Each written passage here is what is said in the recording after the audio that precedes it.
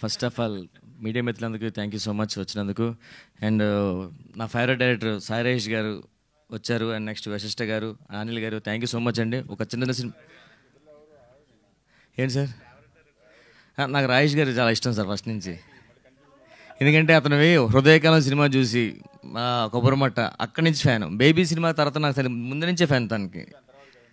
తర్వాత దాని తర్వాత మధ్యలో చాలాసార్లు మేము కామెడీ డిస్కషన్స్ పెట్టుకోవడం, సినిమా కావాల్సి మాట్లాడుకోవడం, చాలా ట్రావెల్ అయ్యాను. సో అందుకని నాకు అతను ఫేవరెట్. అతను ఐడియాస్ వేరే ఉంటాయి. అంటే అలాంటి సినిమా తీసి ఇలాంటి సినిమా తీసిన ఎవరు ఎక్స్పెక్ట్ చేయరు కదా.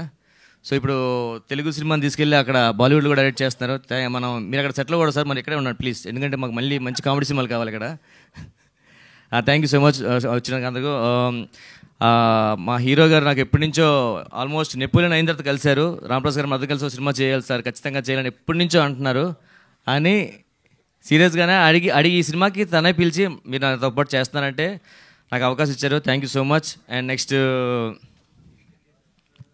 ఓకే అయిపోయిన ఎవరు నా గురించి అంటే సినిమాలో ఫుల్ ఎందుకు క్యారెక్టర్ అంటే సినిమాలో ఉండే ఒక 4 క్యారెక్టర్లో నాది హీరో, హీరోయిన్ గారు, నేను, ఇంకొక క్యారెక్టర్ ఉంటుంది.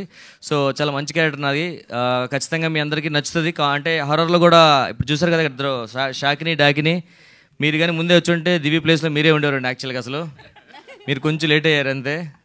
ఇంకొంచెం ముందు వచ్చి యాంకరింగ్ కూడా మీరే చేసేవారేమో. చాలా బాగుంది వాళ్ళే.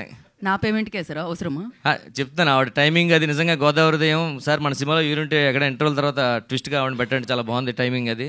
And thank you so much. ఇది ఇంకా టైటిల్ వచ్చి కాబట్టి నెక్స్ట్ ఇంకా మంచిగా ఎక్కువసేపు ఆడుకోవచ్చండి. థ్యాంక్ యూ సో మచ్ అండి. నెక్స్ట్ ఎవరికి ఇద్దాం అంటారు? దివి గారికి.